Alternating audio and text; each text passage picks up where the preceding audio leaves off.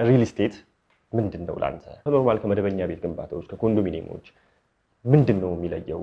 ሪል ስቴት ማለት አንድ መሬት ወደ ግንባታ መቀየር ነው።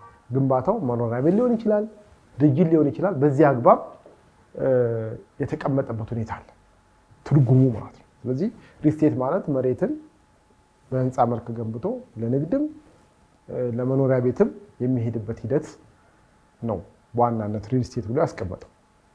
ስለዚህ ሪል ስቴት ማለት መገንባት መስፈርቶች ውስጥ ከዚህ ጋር ተያይዞ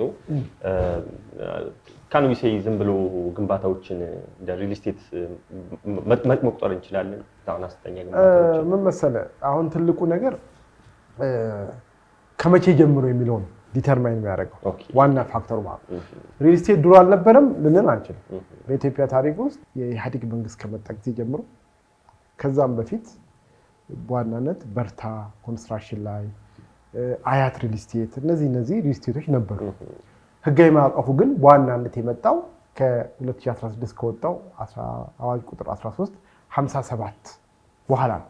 ስለዚህ ሪል ስቴት ከዛም በፊት ነበሩ። በፍትሐብሔር ህጉ ገቨርን ይገዙ ነበር። አሁን ግን ወደ አዋጅ ቁጥር 1357 ስንመጣ በተለየ መልኩ አዋጁ ጠንከር ባለ መልኩ ፎርማላይዝ ባደረገ መልኩ ያስቀመጠበት ሁኔታ አለ። ቀድሞ ሲሰራበት የነበረው ህግ ትክክል አይደለም። ትክክል ነው። በኢትዮጵያ ውስጥ በአፈጻጸም ደረጃ ህጎች አሉ። ወደ አፈጻጸሙ ስንመጣ ነው ትልቁ ችግር ነውና ህጎቹ በዛ ሰዓት የነበረው ህግ ራሱን በቻለ መልኩ የሪል ስቴት አዋጅ ነበረ ለማለት አይቻልም።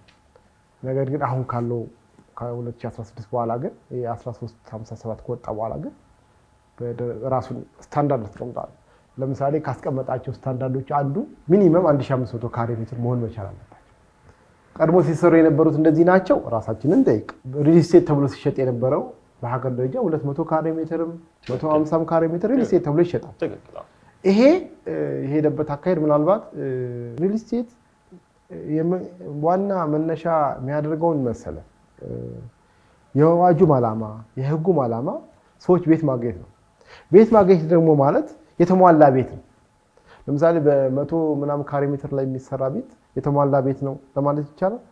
ሪል ስቴት ተብሎ ሲቋቋም 1500 ያደርገው የራሱን የቻለ ግቢ የራሱን የቻለ ኮሙኒያል የሆኑ ነገሮች ሲሟሉ ነው።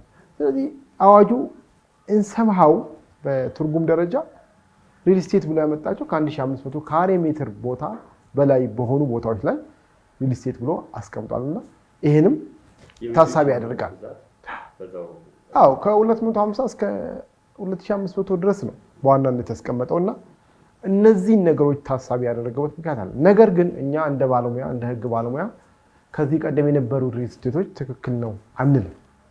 ምንድነው ኦልሬዲ አብዛኛው ሰው ሪል ስቴት ብሎ እየኖረበት ያለው እኔም በአጋጣሚ ሪል ስቴት ውስጥ ነው።